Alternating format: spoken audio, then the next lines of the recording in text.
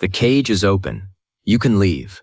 Your phone buzzes. You sit back down. So, are you free? One tiny vibration. One interrupted exit. Ridiculous, obviously. It's a phone, not a prison guard. The door is still open. But one part of you stood up. Another part quietly stole the chair. That moment proves neither addiction nor lost freedom. It only exposes the question. We often talk as if freedom simply means doing what you want. That works until you want two opposite things. The message wants an answer. You want your evening back. The furious reply is ready. You want a relationship tomorrow. The cookie wants one more vote. You'd like it to stop making policy. Which want gets to be you? And why are we pretending the problem is always inside your head? By the end, we'll put the phone back. Then we'll ask 3 questions that are much more useful than a freedom meter. Start with the open door. Freedom is easiest to see when someone blocks the road. Remove the lock. Move the guard. Politely relocate the large man occupying the entire sidewalk. Political philosophers often call this negative liberty, freedom from external interference or obstacles. Nobody forces your hand. Nobody bars the exit. Nobody confiscates the cookie. That last one isn't a recognized civil right. It still feels urgent at 11:47 p.m. This kind of freedom matters. A worker who may leave has something a captive worker doesn't. The open door is real. It just answers one question. Who is stopping you from outside? Now unlock the cookie cabinet. Nobody orders you to open it. Nobody pushes your hand. You open it anyway. Then you say, quite sincerely, I wish I wouldn't do that every night. By a narrow non-interference measure, the exit was open. Inside, the furniture is moving. This isn't the giant free will debate. We're not proving whether the universe could have unfolded differently. We're asking something smaller. When the moment arrives, can you act on an intention you still endorse? In 1971, Harry Frankfurt offered a useful distinction. Imagine it as a 2-story house. Downstairs lives the want to act. I want to scroll. I want the cookie. I want to type the mean sentence with excellent punctuation. Upstairs lives a want about that want. I wish I didn't want to scroll. I want to leave one cookie alone. I don't want anger holding the microphone. Frankfurt called desires about desires, second-order desires. When you want one of them to become the desire that actually moves you, he calls that a second-order volition. Congratulations. Your head now has middle management. The hand reaches for the phone, the person attached to the hand objects. One desire wins the movement. Another refuses to sign the paperwork. But upstairs isn't automatically the true you. Shame can rent an office there. So can a parent who left 15 years ago. Philosophers disagree about what makes a motive genuinely yours. The second want reveals a conflict. It doesn't settle it by wearing a nicer hat. And sometimes the hand moves before either floor finishes the meeting. Habit researchers describe automaticity. A familiar context can start a familiar response before fresh deliberation. The couch appears. A notification sounds. Your thumb may begin the old route. That isn't possession. It isn't proof that choice vanished. And one failed exit isn't a diagnosis. For drug addiction, NIDA describes a medical disorder involving compulsive use and seriously impaired self-control. The status and measurement of smartphone addiction remain contested.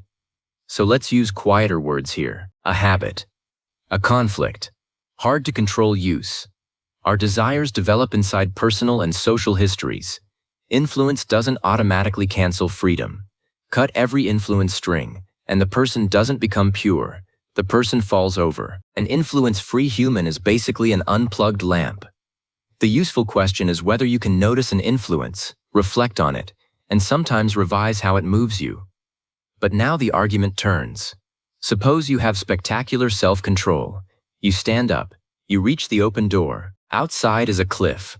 The bridge costs more than you have. Or leaving costs your job, housing, medical care, or safety.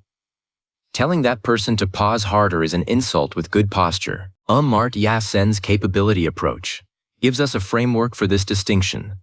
Permission isn't the same as a usable opportunity.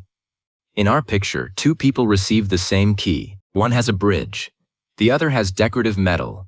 Now replace the cliff with a smiling guard. He leaves the door open today. He can close it tomorrow for any reason, and everybody knows it. A Republican account calls subjection to arbitrary or uncontrolled power domination. Even when that power isn't interfering today, you're allowed to leave. You're still asking permission from a mood. So the phone has led us somewhere strange. You can be free from interference, internally conflicted, unable to use the exit, and living under someone else's uncontrolled power, all before lunch. Very efficient. Now put the phone back. We don't have a diagnosis. We have 3 questions. First, can I pause? Can the second want get 10 quiet seconds before the first moves the hand? The pause doesn't reveal a magical true self. It gives reflection a chair. Second, can I refuse safely? What happens if the answer is no? Do I lose mild comfort, a gold star, or money, housing, belonging, legal status, or bodily safety? High cost isn't automatically coercion, but a yes is harder to call free when no opens under your feet.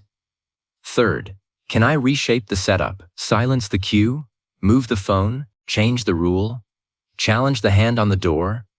Angela Duckworth and colleagues call this kind of move strategic self-control. Change the situation before the wrestling match begins. That isn't cheating at freedom. It may be freedom at work. In a pre-registered 2023 field experiment with 112 participants, researchers compared grayscale screens and self-set time limits with a self-monitoring control. Grayscale produced an immediate reduction in objectively measured screen time relative to the control. It didn't produce an immediate causal improvement in well-being or academic performance. In that study, gray pixels changed measured screen time, not a whole life. That modest result is the point.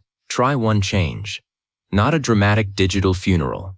Choose one intention. No app before lunch. Then change one cue. Turn off one notification. Move one icon. Leave the phone in another room. Observe several tries. If the behavior moves, you learned something about the setup. If it doesn't, you didn't diagnose yourself. You learned that one lever wasn't enough. Success doesn't prove there was no problem. Failure doesn't prove addiction. If repeated loss of control is causing serious harm, ask a qualified professional, not a stick figure with a cookie. Now return to the first frame. Same cage, same open door, same phone buzz. The red line doesn't vanish, but the figure can see it now. Sometimes the figure can loosen it. Sometimes the real problem is the missing bridge.